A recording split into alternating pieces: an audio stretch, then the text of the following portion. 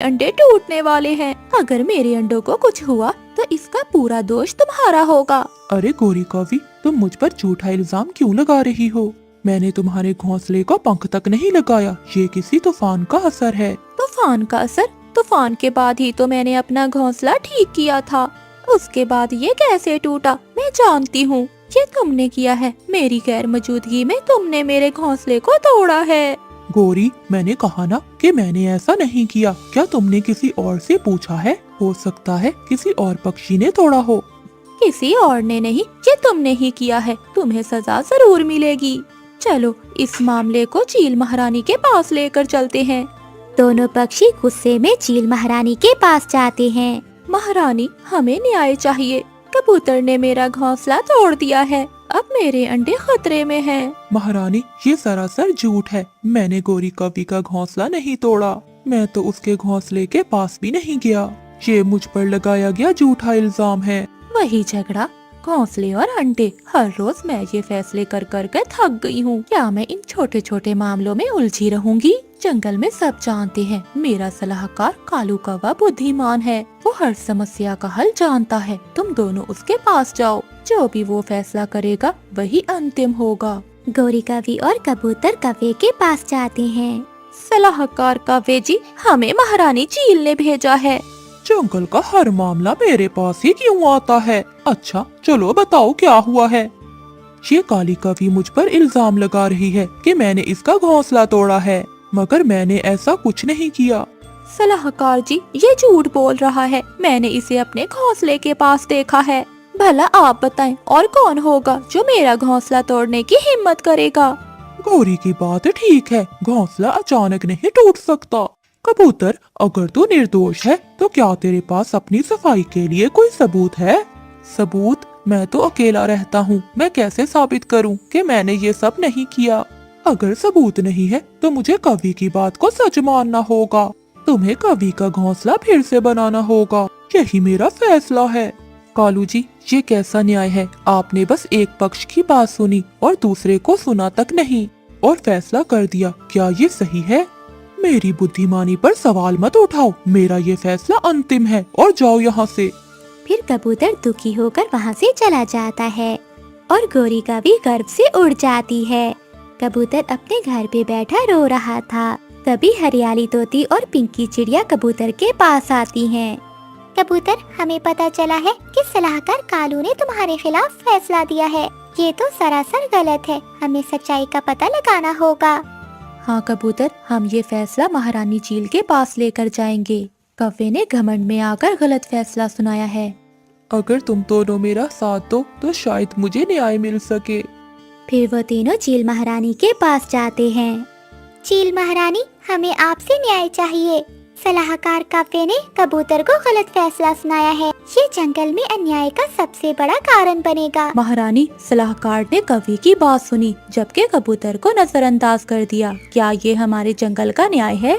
पिंकी चिड़िया और हरियाली तोती, मैंने ये जिम्मेदारी कालू कौवे को दी हुई है। अगर ये फैसला गलत भी हुआ तो ये उसकी जिम्मेदारी है, ना कि मेरी। अब जाओ यहाँ से।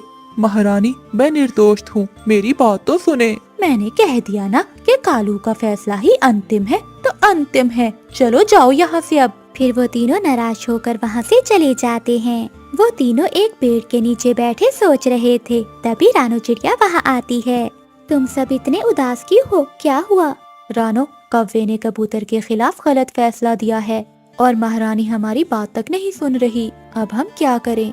चिड़िया, तुम हमेशा होशियार रही हो। क्या तुम हमें इस अन्याय से निकाल सकती हो? अगर कालू कौवा गलत फैसला दे सकता है तो लगता है सच्चाई कहीं छुपी हुई है। हमें खुद इस मामले की गहराई से जांच करनी होगी।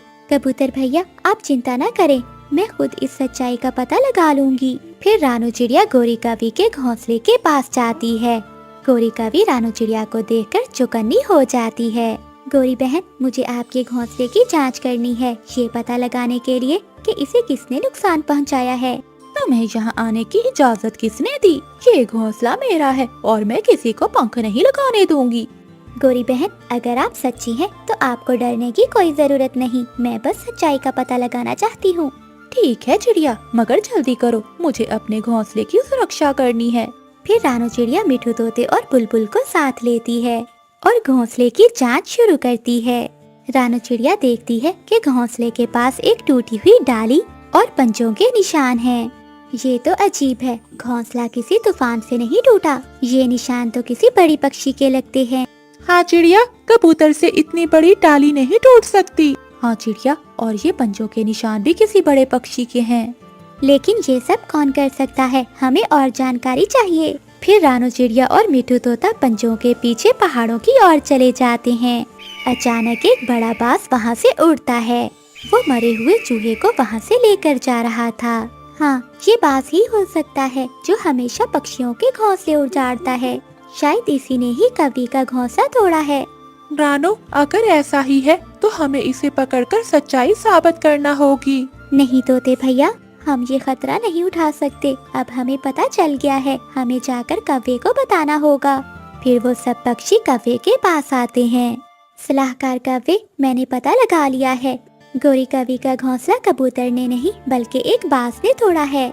उसके पंजों के निशान और उसकी हरकतें इस बात को साबित करती हैं। तुम ये कैसे साबित कर सकती हो? मैं तो पहले ही फैसला कर चुका हूँ। कव्वे, बुलबुल और मिठू तोते ने भी उन निशान को देखा है। अगर आप खुद जाकर देखेंगे तो आपको सच्चाई का पता लग जाएगा। हाँ, ये निशान कबूतर के नहीं बल्कि बाज के हैं। हमने उसे पास के पेड़ों पर देखा भी है। क्या आप अब भी कबूतर की बात नहीं मानेंगे? कालू कव्वे का घमंड टूट जाता है। वो सब चील महारानी के पास जाते हैं। महारानी, मुझसे बहुत बड़ी गलती हो गई। मैंने सच्चाई जाने बिना ही कवि के पक्ष में फैसला दे दिया। रानो चिड़िया ने जांच की और सही फैसला लेकर आई। कव्वे, तुमने अपनी गलती मानी, ये बहुत अच्छा है। मगर एक न्यायाधीश के लिए जरूरी है कि वो हर पहलू पर ध्यान दे। मैं रानो चिड़िया की बहादुरी पर बहुत खुश हूँ। रानो, आज से तुम हमारे जंगल की नई सलाहकार बनोगी। कालू कौवा खिड़की में बैठा मिठू तोते और हरियाली तोते के जाने का इंतजार कर रहा था। मिठू जी, मुझे बहुत भूख लगी है। हरियाली, मुझे तो प्यास लगी हुई है। हम दोनों नदी पर चलते हैं। वहाँ जाकर तुम फल खा लेना और मैं पानी पी लूँगा। ऐसा कहते हुए वो दोनों पति पत्नी